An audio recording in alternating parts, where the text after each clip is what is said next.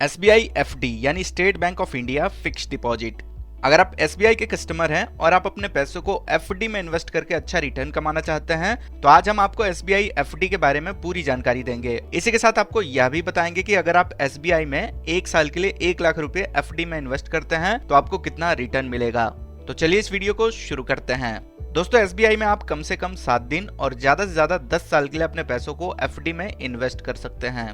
तो यहाँ पर आप देख सकते हैं कि अगर आप 2 करोड़ से कम अपने पैसों को 7 से 45 दिन के लिए एसबीआई एफडी में इन्वेस्ट करते हैं तो अगर आप जनरल सिटीजन है तो आपको 3% और अगर आप सीनियर सिटीजन है तो आपको 3.50% पर ईयर के हिसाब से इंटरेस्ट मिलेगा। वही अगर आप अपने पैसों को 6 महीने के लिए एसबीआई एफडी में इन्वेस्ट करते हैं तो अगर आप जनरल सिटीजन हैं तो आपको 5.25% और अगर आप सीनियर सिटीजन हैं तो आपको 5.75% पर ईयर के हिसाब से इंटरेस्ट मिलेगा। वही अगर आप अपने पैसों को 1 साल के लिए एसबीआई एफडी में इन्वेस्ट करते हैं तो अगर आप जनरल सिटीजन हैं तो आपको 6.80%, वही अगर आप सीनियर सिटीजन हैं तो आपको 7.30% पर ईयर के हिसाब से इंटरेस्ट मिलेगा।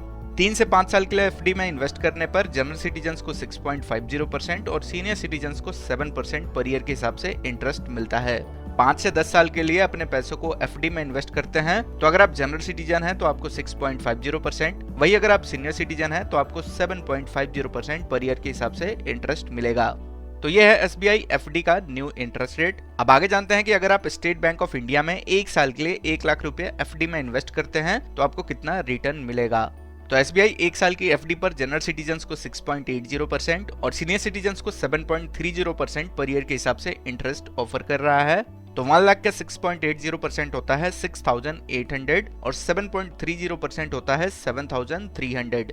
तो अगर आप स्टेट बैंक ऑफ इंडिया में 1 साल के लिए 1 लाख रुपए एफडी में इन्वेस्ट करते हैं तो अगर आप जनरल सिटीजन हैं तो आपको 6,800 और अगर आप सीनियर सिटीजन हैं तो आपको 7,300 का रिटर्न मिलेगा। तो दोस्तों, ऐसे में अगर आप अपने पैसों को एफडी में इन्वेस्ट करके अच्छा रिटर्न कमाना चाहते हैं तो आप स्टेट बैंक ऑफ इंडिया में अपने पैसों को कम से कम 1 साल के लिए एफडी में इन्वेस्ट कीजिए। इसी के साथ उम्मीद करते हैं कि यह जानकारी आपको काम की लगी है। इस वीडियो को अपने दोस्तों के साथ भी शेयर करें।